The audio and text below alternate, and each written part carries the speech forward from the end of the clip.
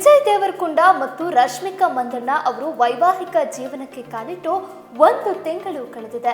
ಆಪ್ತರು ಮತ್ತು ಕುಟುಂಬದವರ ಸಮ್ಮುಖದಲ್ಲಿ ನಡೆದಿದ್ದ ಮದುವೆಯ ಫೋಟೋಗಳನ್ನ ಈಗಲೂ ಈ ದಂಪತಿ ಶೇರ್ ಮಾಡ್ತಿದ್ದಾರೆ.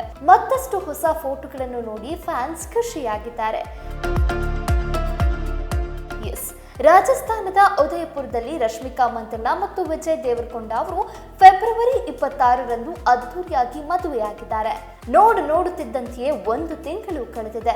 ಮದುವೆಯ ಫೋಟೋಗಳನ್ನ ಒಂದೊಂದಾಗಿ ಹಂಚಿಕೊಳ್ಳಲಾಗ್ತಿದೆ.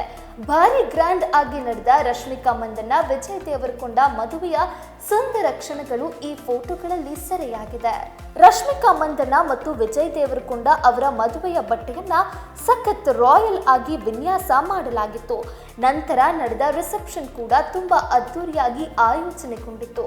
ಸಿನಿಮಾದಲ್ಲಿ ಮಾತ್ರವಲ್ಲದೆ ನಿಜ ಜೀವನದಲ್ಲೂ ರಶ್ಮಿಕಾ ಹಾಗೂ ವಿಜಯ್ ಜೋಡಿ ಆಗಿದ್ದು ಅವರ ಅಭಿಮಾನಿಗಳಿಗೆ ಸಖತ್ ಖುಷಿ ನೀಡಿದೆ. ಮದುವೆಯ ಫೋಟೋಸ್ ನೋಡಿ ಫ್ಯಾನ್ಸ್ ಕಮೆಂಟ್ ಮಾಡಿದ್ದಾರೆ.